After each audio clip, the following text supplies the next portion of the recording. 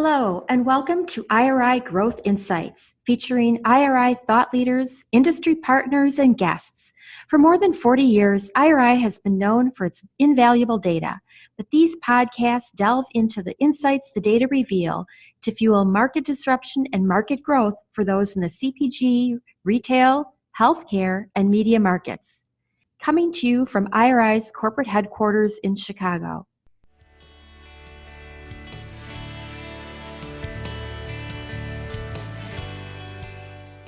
Welcome to another version of IRI Growth Insights. I'm Larry Levin, part of the IRI Thought Leadership and Marketing team. And it's a pleasure to bring to you today a person who really needs no introduction in our podcast, because Jessica Lukas from Bdsa has joined us, I believe, 4 or 5 times already. So many of you are used to Jessica's pearly voice about all things cannabis. So Jessica, welcome back to the podcast. And as a featured speaker, you probably don't have much new to tell us, but tell us something new and fun that you've been doing in the cannabis industry personally. Yeah, definitely. So Larry, thanks for having me again. Always fun. And I think, is this our first conversation since the new year? I believe it is. I mean, I guess our first public conversation of the new year. That's true. Yeah. Yeah. I mean, honestly, right now, as we kick off 2022, spending honestly most of my work time assessing and working through when Bdsa specifically enters new markets. So all eyes, I think, not surprising right now on the East Coast, specifically New York, New Jersey, Connecticut. New York, obviously a little further off, but New Jersey definitely expected to come online. And then also an interesting market of New Mexico. So as we think about the shift in markets or states going from medical to adult use, those tend to be the largest drivers of year-over-year growth. So all eyes right now, as I mentioned, New York, New Jersey, Connecticut, assessing Ohio and when that moves, New Mexico, and a handful of others. Personally, do you want to talk personal? Of course. It's always fun. Personally, not much has changed. Again, as we've always discussed, I'm a consumer of everything. So inhalables, topicals, and edibles. Definitely trying out as many new products that are coming to Colorado as possible. I interestingly haven't traveled for work yet this year. So getting ready to kick off some travel, Midwest, Chicago specifically, getting out to you in California, and then also East Coast. Fabulous. Well, I realize a lot of our listeners have heard your talks about the cannabis industry, but for somebody who's new to the market, why don't you just give us a 30-second overview of Bdsa? And I know you're the chief commercial officer, so it'd be nice for people just to understand a little bit about Bdsa and our partnership with IRI. Yeah, definitely. So we are the go-to for all things data, insights, and analytics within the cannabis industry. Our company was founded back in 2015. Which in cannabis years is eternity. We focus on ensuring we can provide the most depth and breadth of data in the industry. So oftentimes, I think a lot of people see Bdsa in the news talking about the future kind of macro size and dynamics of the cannabis industry. What do we expect the market to be over the next 5 years? Globally, by state, by country, by province, by category. But what we also have is robust coverage, as you know, Larry, just like an IRI does, tracking exactly what is selling at the dispensary by market. So we're talking, categorization, ingestibles to edibles, edibles to candy, candy to gummies, gummies to kiva, kiva to kiva camino sparkling pear, that level of detail. Which I think is really easy for your audience to understand, because that's why they work with IRI. So the same dynamics exist within cannabis, just like any other CPG industry. So really the go-to for all things from the macro, marketplace, regulatory conditions, sizing of the market, down to consumer and shopper tracking and behavior, and then down to that granular tracking of exactly what is selling, where, when, and what price point. Well, that's great. It's a great overview. One of the things I know Bdsa recently launched was its 2022 predictions. But before we talk about the predictions, last year in 2021, you looked into your proverbial crystal ball and you had predictions for the market. Could you just go over for a few seconds what your 2021 predictions look like and how many of them actually came to reality, and then how many of them may have been impacted because we still couldn't predict how the pandemic was going to affect us? I love talking about almost validating what we thought would happen to what really happened. So a couple of key points I'll call out. We did expect, not surprising, to continue to see the consumer population expand. So that is the percent of adults who are consuming cannabis, either state by state or across the US and Canada. Not surprising, that came to fruition. Interestingly, though, we saw that happen across all states. So generally, whether we're talking about the mature cannabis adult use legal markets, California, Colorado, Oregon, Washington, Nevada, or whether we're talking about the newer emerging markets, we saw, as we have for the last 4.5 years, consistent growth in the percent of the population consuming. What I'll call out that is the most interesting and something that's very exciting for us is, as of the back half of 2021, we now have 5 US states with over 50% of adults consuming cannabis. And this 2021 was the first time we've had any state surpass that 50% mark. So we're talking in states like Colorado, interestingly, Michigan, even though it's a newer adult use market, Arizona, Nevada, and Oregon, all at or above 50% of adults consuming. And if you recall, Larry, 3+ years ago when you and I first started talking, those numbers were closer to 25 to 30% in even the most mature legal markets. So huge growth, not surprising. I will tell you, we did overestimate the actual sales growth in some of the more mature markets. So thinking about markets like California, Colorado, Oregon, Washington, I think even Nevada, we had anticipated low double-digit growth, and we saw single-digit growth in most of those markets, specifically a slowdown in the back half of 2021. Thinking about other things we predicted, expecting a lot of innovation in brands and products, and that continues to happen. I don't want to speak off the cuff, but we're talking thousands upon thousands of brands in California alone. So again, continue to see the growth in the consumer marketplace, continuing to see more brands and products enter the market. We also saw in 2021, unfortunately, some companies fall apart. And so that's the interesting dynamic with cannabis, where there can be brands, especially in California, that have been top brands for years, that are just in financial distress. The California market is dealing with a lot of tough regulatory and tax situations and illicit market dynamics. There's so many things working against a California operator right now. So it's not surprising, while we see more brands enter the market, we also see some players who have been there for a while start fading away. Yeah, it's interesting that you kind of reminded me of the tech bubble of 2000. And maybe in some ways it's, they're very similar. You have lots of companies, people trying to get into this thriving business, and then all of a sudden they realize that they hit roadblocks they never predicted.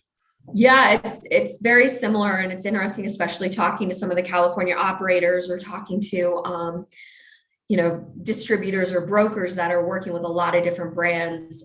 We work closely with the team at PedalFast, who's in California, and I had Jason, their CEO, on a webinar with us, and that's one of his major predictions for this year, that we're going to continue to see in 2022 brands that die off. And from his perspective, his thought is some of them need to.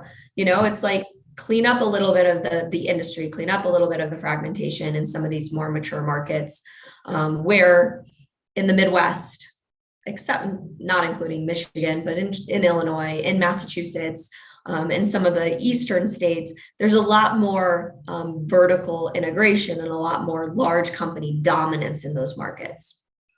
The other thing that I'm always been fascinated about, and you talked a little bit about 50% of people in different states have tried cannabis, and also just the sheer number of people who are now considering trying it. Mhm. And I think it's grown about 10 percentage points since we first started talking about it. So I think that's a really good signal for manufacturers on both the THC and the CBD side to be thinking about the opportunities that this category really brings. And I guess that's a good segue into, as you look into your crystal ball for this year, for Yep. 2022, talk a little bit about how you create these predictions. Is this really, you and Micah and others at Bdsa sitting down and talking about what you think is going to happen, or do you talk to other folks in the industry and kind of get their view and come out with your 5 bold predictions? Yeah, so every year we kind of just get together within Bdsa to start across our teams. So, we have a commercially focused team who are the ones who are talking constantly to the cultivators, the brands, the retailers, the investors in this space.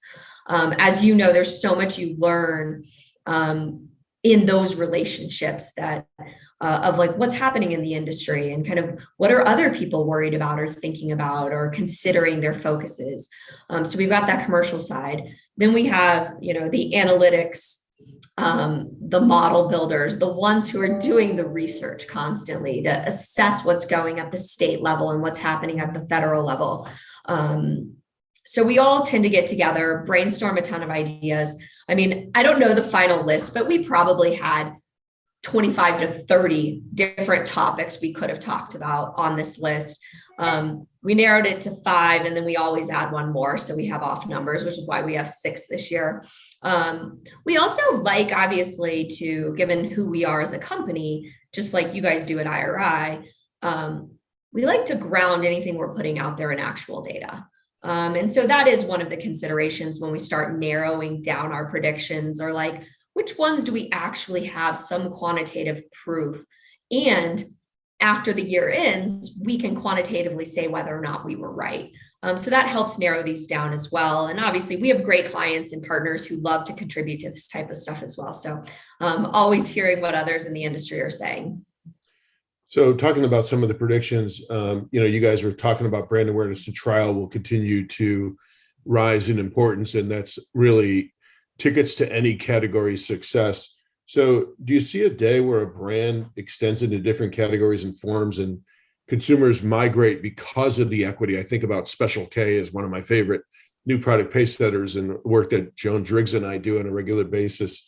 Do you see companies like that being able to extend into various occasions and areas? Yeah, completely. So we spend a lot of time with our retail partners and our brand clients, just like you guys do, helping them identify the opportunity to extend their brand into new states. So don't forget, extending into a new state in cannabis is similar to being a US-based CPG brand moving into Mexico. State by state dynamics are different. It is very difficult to have massive, it's impossible to have massive ad spend to buy awareness and buy trial. So when these companies are looking to expand into a new state, they have to be very thoughtful of, well, what worked in California, will that work in Massachusetts? How will we build this? Especially if they've been building their brand in California for 7 years, how do you enter a new market with no awareness and build it from the ground up? So we work on kind of watching and supporting our clients in that capacity, but exactly what you said too. Also, what are really strong brands and how do they think about within the markets they're already competing in, expanding into new categories? And so there's a couple of interesting examples if you want to talk through them. And I tend to talk about California because there's a lot of brand strength and dominance in California. But Steezy, a major brand I'm sure you're aware of in California, a great example of very strong brand awareness and penetration in the market and very strong sales, a top selling vape brand across the US and a top brand in California via our data, expanding into new categories. So not just being a vape company, being a flower company, being a dabbable extract company, offering pre-rolls, entering gummies as well, and doing it in a way that sticks to their brand positioning and brand messaging. They're not expanding that brand into these new form factors trying to mimic the success of the top gummy players or the top pre-roll players, but they're doing it in their own way and staying true to that brand, which I think coming from a CPG or beverage alcohol background, you and I both know, like that's the path to success, is doing it in a way that's true to the brand and that appeals to the base that you've built so far in terms of consumers. Right. Yep.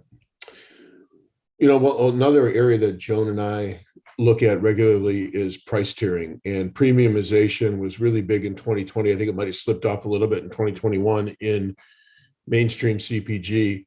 How is the cannabis industry evolving with price tiering, and are you starting to see a segmentation like that manifesting itself because consumers are seeing needs for super premium versus everyday pricing for different needs? Yeah, and what's interesting, we're seeing the premiumization and pricing tiers happen both within retailer segments. So thinking about retail locations being more focused and thoughtful around the consumers or shoppers they're trying to appeal to, stocking their shelves accordingly, and thinking about assortment much more strategically based on their shopper base, which obviously for all of us is really fun to start thinking about things that aren't a one-size-fits-all assortment model, really thinking about retailers getting smarter about selling the products that make sense for their shoppers. And then on the flip, also seeing that on the brand side of things.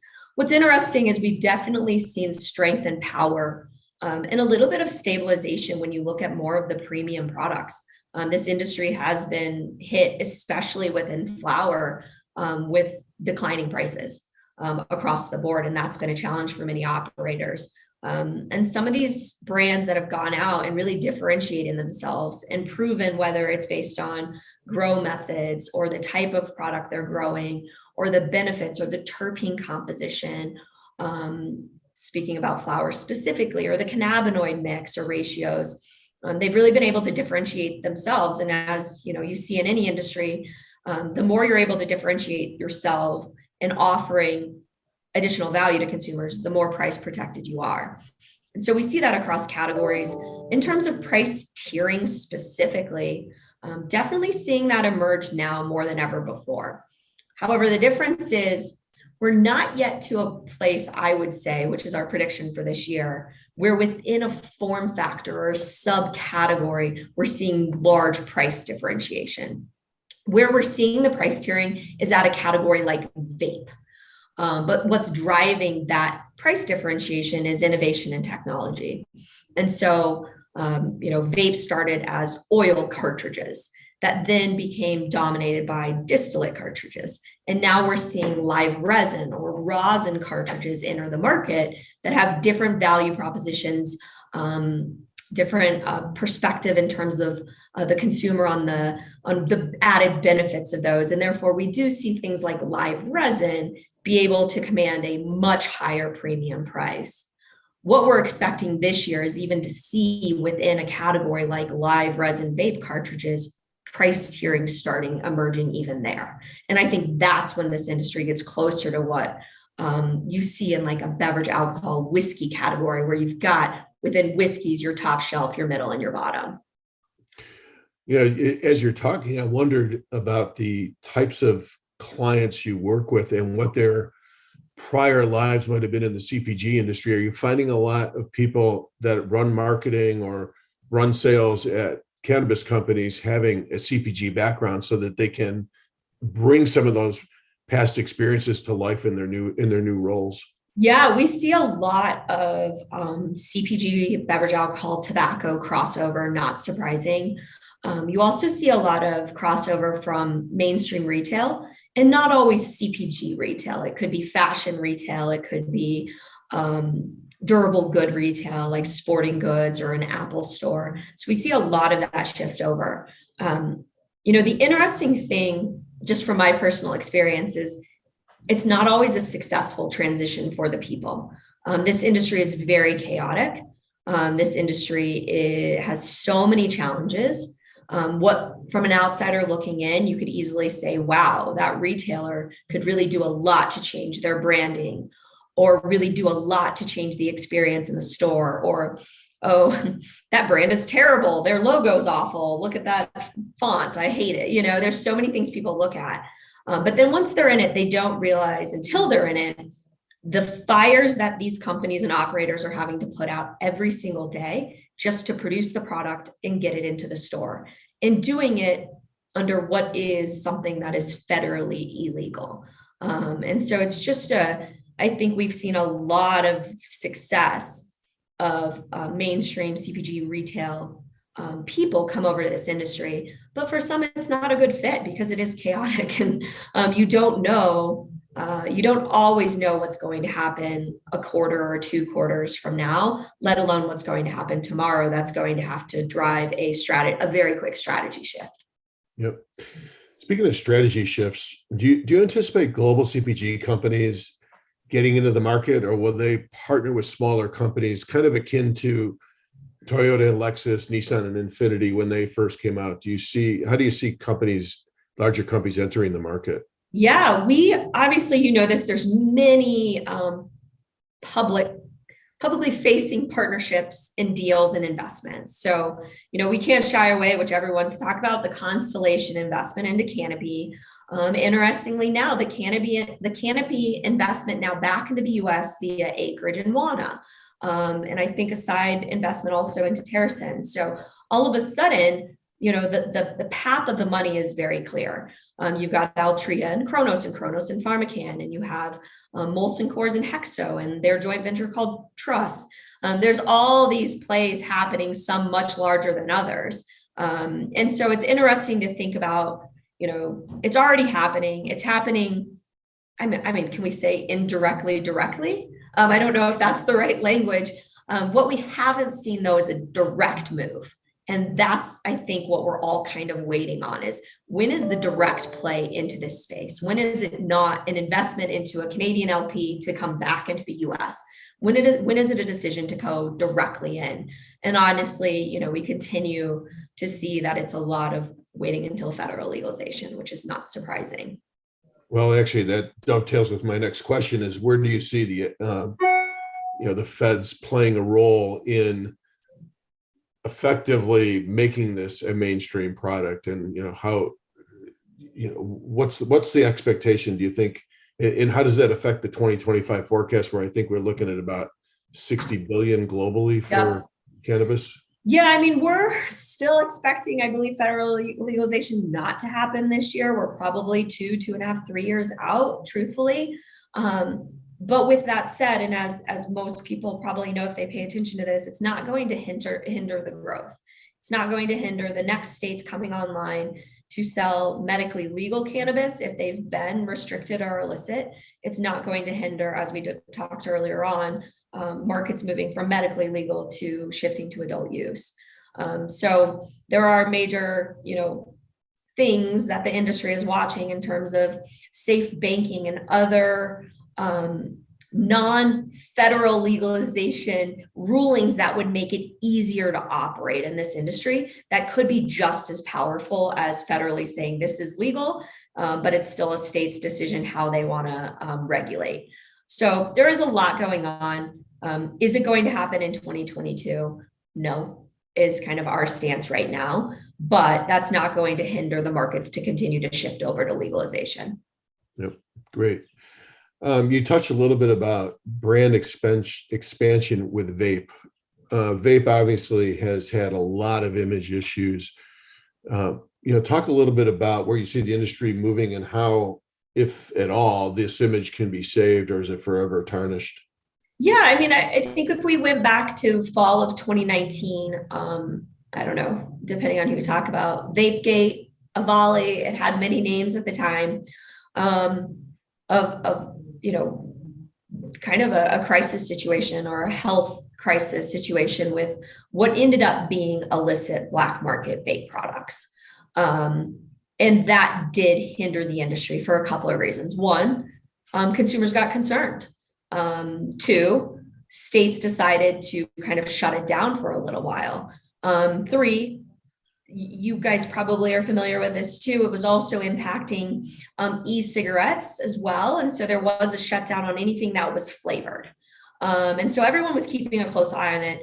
thus driving decline of vape sales for a period of time. However, since COVID, that has since rebounded and continued to grow. And the top brands across many states, meaning like the top 1, 2, 3 spots, are vape companies. And so we can't ignore the fact that consumers have adopted and accepted this form factor for many reasons. It's convenient, for one. It's easy to take with you. There is not a time to effect like you have with an edible product. The convenience compared to other inhalable products is obviously there. So there's so many benefits to the form factor. And then the brands playing there obviously are doing everything right. The industry gets a lot of bad press because there is this large illicit market. But the legal companies are tracking and keeping a close eye and ensuring that what they're producing is safe for consumers to consume. Well, Jess, this has been a phenomenal discussion as always. And I think I'd love to close this out with, you're the head coach of the industry. What are you telling people to really get involved? And what's your call to action to get companies that are sort of sitting on the sidelines and still taking a wait and see attitude? Yeah, I mean, it's hard, right? Like, it's really hard to drive a sense of urgency in companies. Obviously, if they're in the industry, it's easier, but a sense of urgency with companies that are just kind of, oh, well, that other part of our organization is investigating cannabis. We're not able to do anything because our board is very conservative, or we're worried about our shareholders, or we're worried about our consumers. There's so many pushbacks to why they can't move. I would just say, as you mentioned, 2026, this is a $61 billion global industry, 45 billion of that coming from the US. I don't know off the top of your head if you could tell me what a $45 billion CPG industry is in the US, but I can. I mean, I think the OTC market is a $45 billion industry, and there's plenty of other ones. And I think that does illustrate the upward opportunity that this industry brings. So many of our listeners are always fighting for growth. And 2020 was a spark for growth nobody predicted with COVID. Joan and I have seen sales settle back to about 2.5% growth in 2021 in this mainstream CPG market. Manufacturers are going to be pressed for ways to continue to grow their revenue and their sales. And this may be the industry that's really ripe for helping them tuck in new sales opportunities. Yeah. And I hate to use put the fear in them, but there's a lot of big companies, mainstream retailers, CPG, beverage, alcohol, tobacco companies, financial services, banks, you name it. They're making moves. And if they're not making the moves directly, as we discussed, they're indirect moves, but they're putting the pieces in place to be major operators in this industry. And as we all know, first movers have an advantage. And obviously right now, the first movers are not the large global companies that exist in other industries. They are large, at this point, very large multi-state cannabis operators who continue to get larger and larger, as well as Canadian LPs who continue to acquire and get bigger and bigger. So the other fear is, if you're not looking at it, one of your competitors likely is. And guess what? The big cannabis companies keep getting bigger. So it's going to be harder and harder to enter this market, or I guess more expensive when you make the decision to do M&A activity. It's going to get more and more costly as the years go on.